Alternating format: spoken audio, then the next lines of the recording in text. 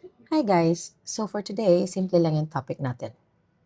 Habang uminom ng favorite coffee ko, JC Barley Coffee.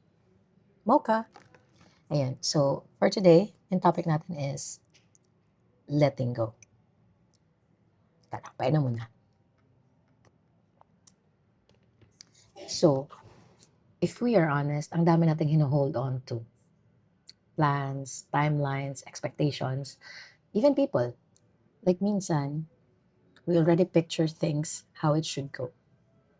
Tapos pag hindi nangyari, doon na lumalabas yung overthinking, worry, tsaka stress.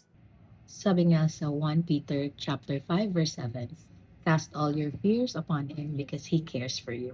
Ang nice pakinggan, diba? Pero ang hirap gawin in real life. Because letting go feels like wala ka ng control. But then I realize, maybe kaya tayo anxious because we're trying to control things that were never ours to control in the first place.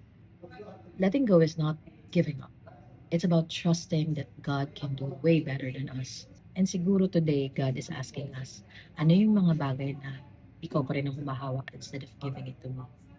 It could be your future, a relationship, a prayer na wala pang answer, or a plan na hindi nangyari.